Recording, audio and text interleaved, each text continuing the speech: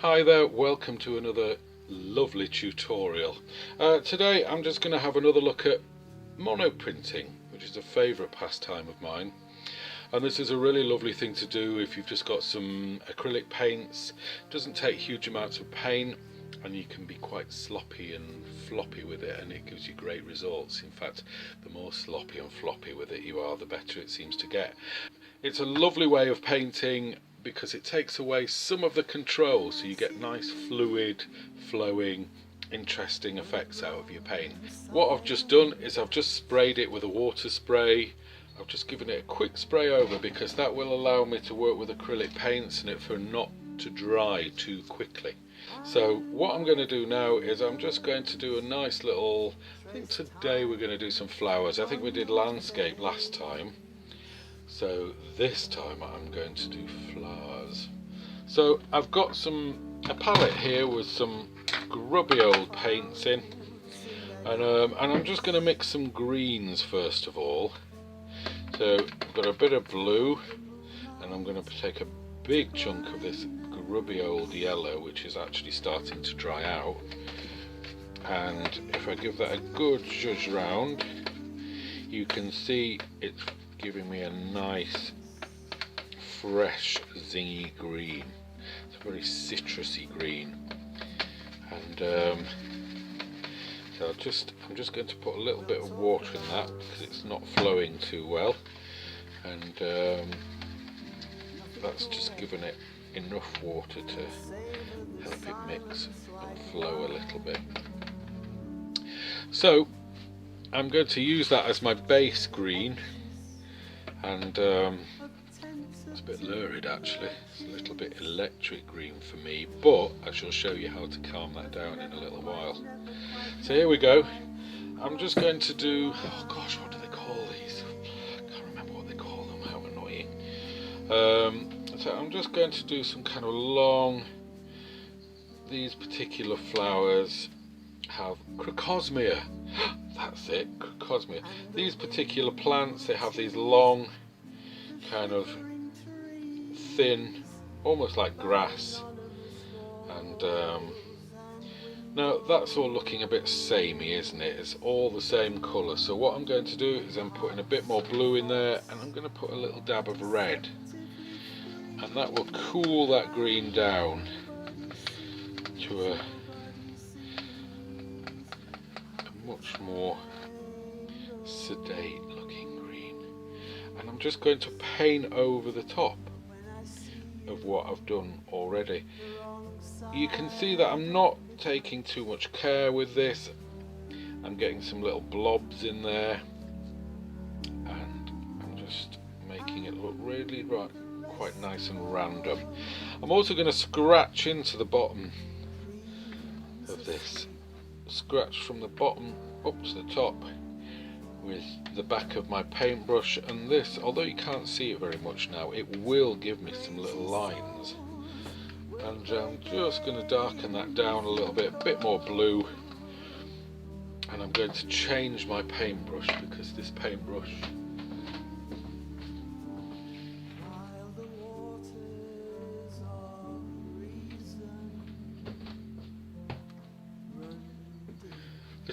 is a bit too big, so we've got a smaller brush now, and that's going to give me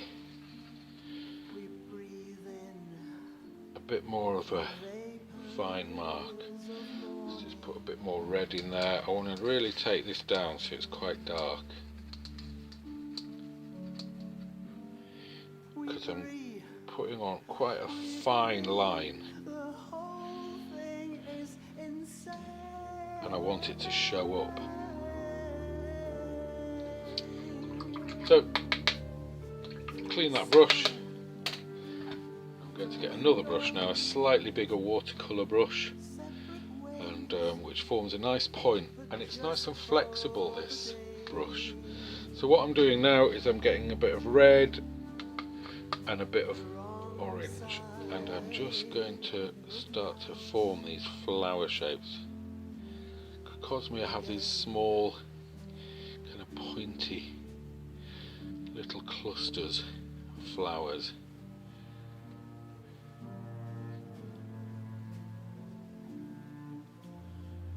So I'm just making these look.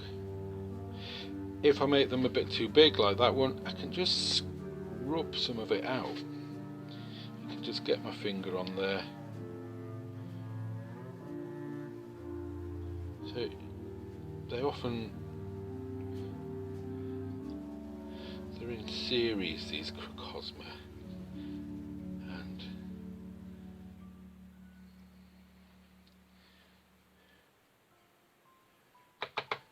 don't like that bit, so we'll get rid of that. Just going to get a bit more of that dark green and put in some of these lines again. And let's put a plant pot on the bottom, shall we, eh? I'm just going to get some of that orange that I've been using, put a bit of blue in it, and it'll give me a nice kind of, hopefully, a kind of terracotta-y brown colour. That'll do. Just a bit more. There we go. So we're just going to, and again, I'm just going to use the back of the brush to just scratch into that.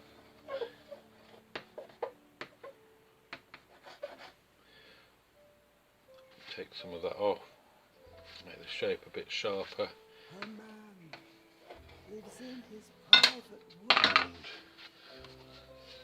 let's get a piece of paper. I'm just going to get a piece of paper on here and let's run a print off. So you put your paper on top and smooth it down really carefully, nice and evenly. Don't leave it on too long, 10-15 seconds at the most, because it will stick.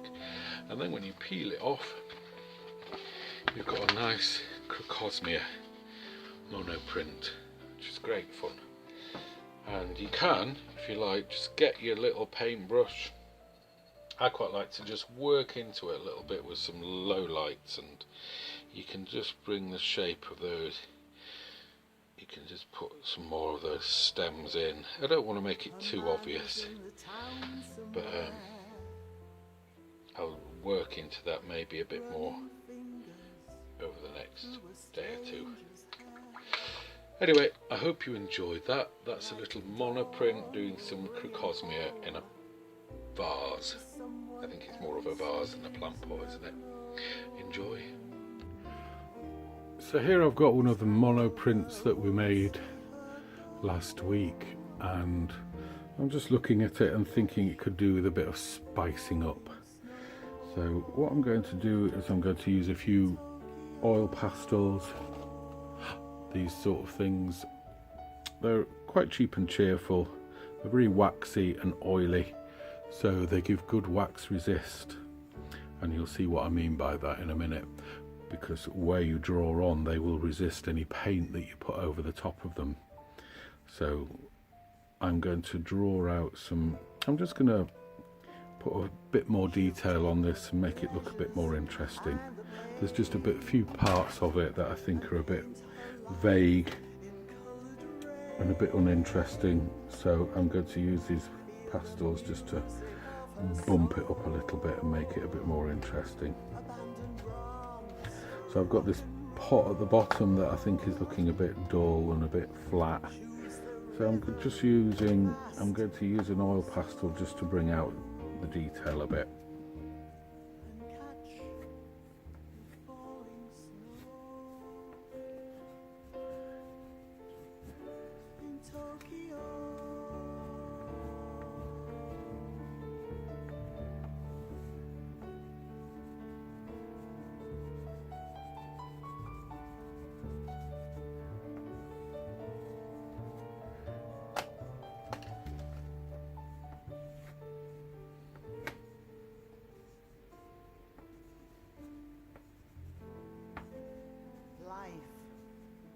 Is never as it seems. Cozy fires burn your dreams. Brave the icy winds that blow. And I'm finding the leaves a bit uninteresting and a bit flat looking, so I'm just going to again make them stand out. Use some darker greens, see if I can get them to stand out a little bit more. Tokyo.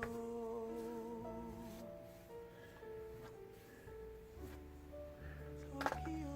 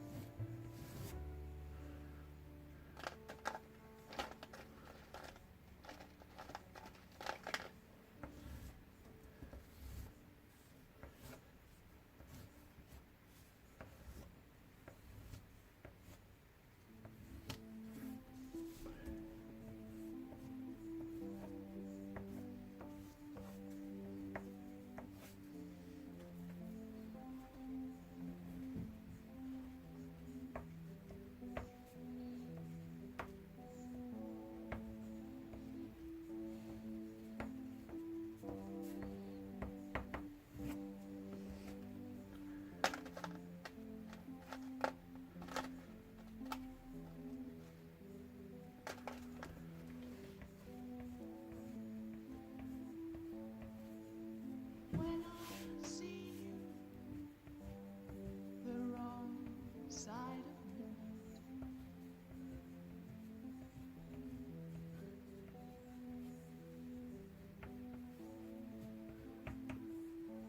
and my fingers trace time on your face.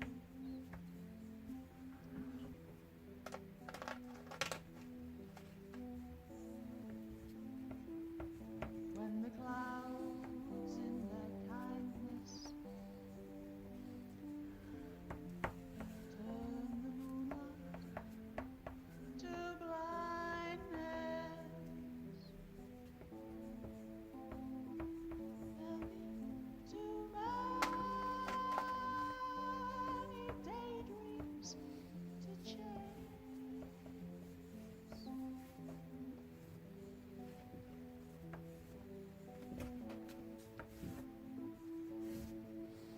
Talk about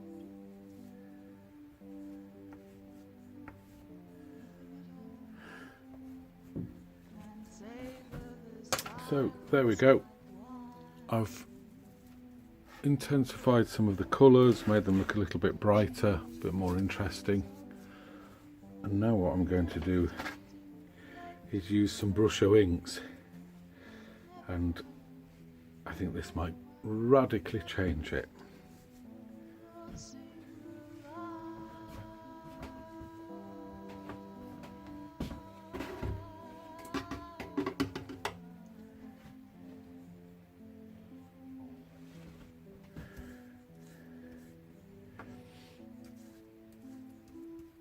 and the wind will tease the shivering trees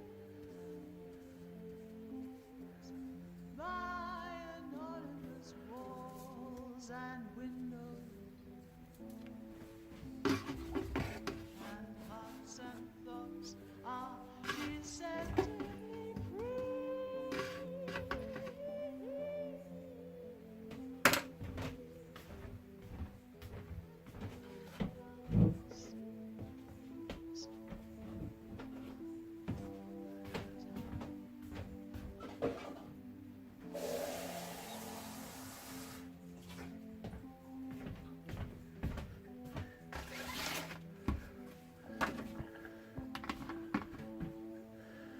So I want a nice kind of flowing colour that's not too intense on this background, so I'm just putting lots of water onto the paper, and that'll stop the Brusho absorbing in. Of course, this painting underneath is acrylic and wax, so neither of them are going to be too bothered by putting lots of water on it. So I can paint over this, hopefully with a nice bluey colour. and it won't affect the painting too much.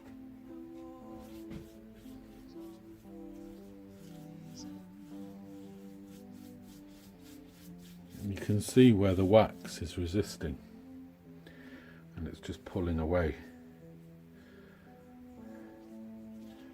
So this Brusho is all blurring and blobbing. I'm just going to dry my brush out and take some of that off because it's pooling a little bit. And I'm just going to leave that a few minutes just to dry off a little bit, and then I'll come back to it.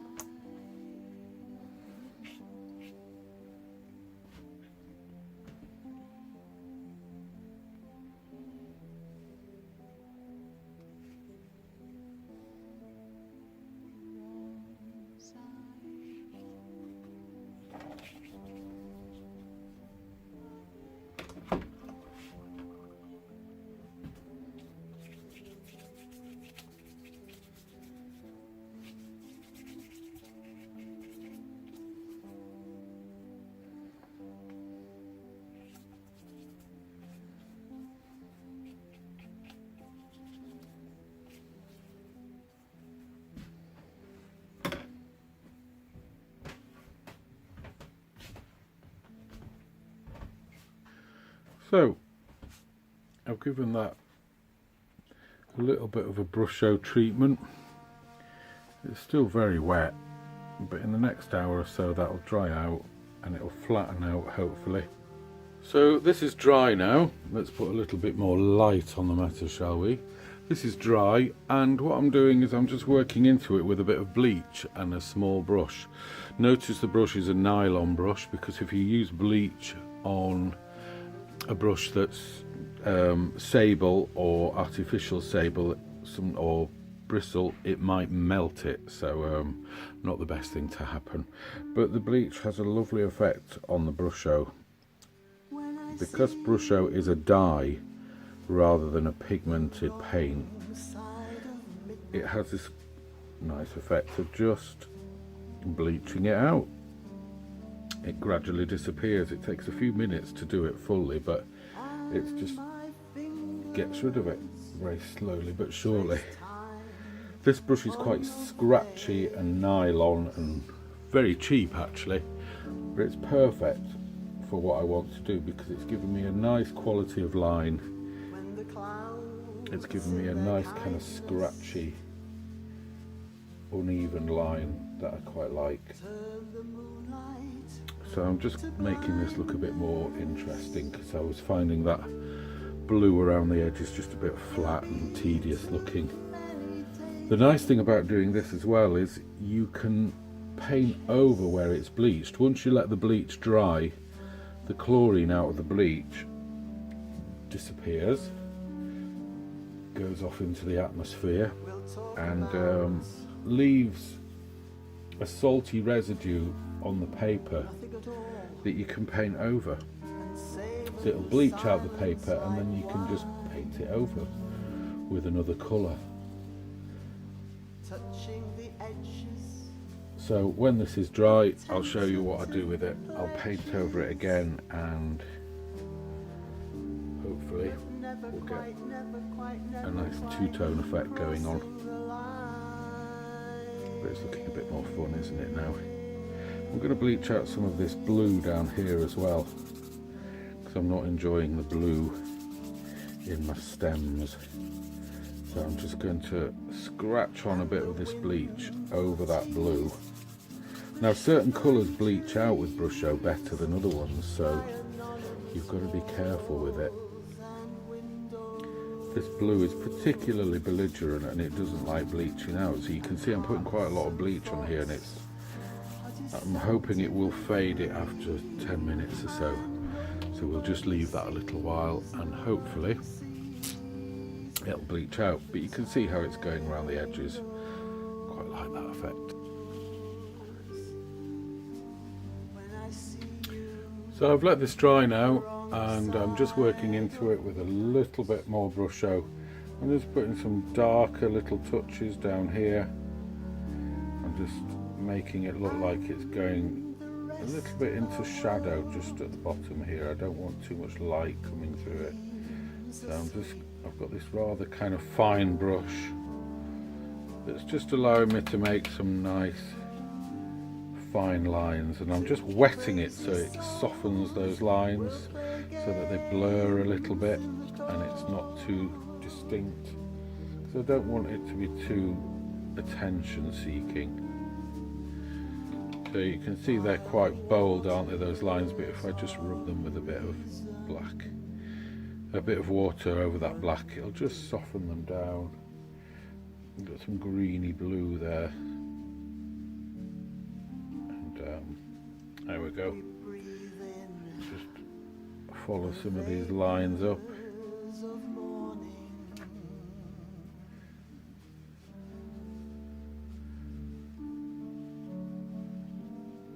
We agree, the whole thing is insane.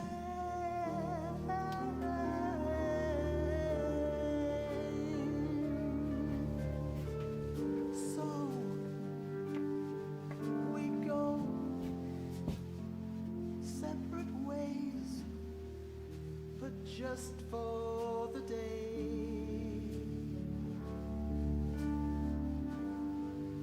The wrong side of midnight again.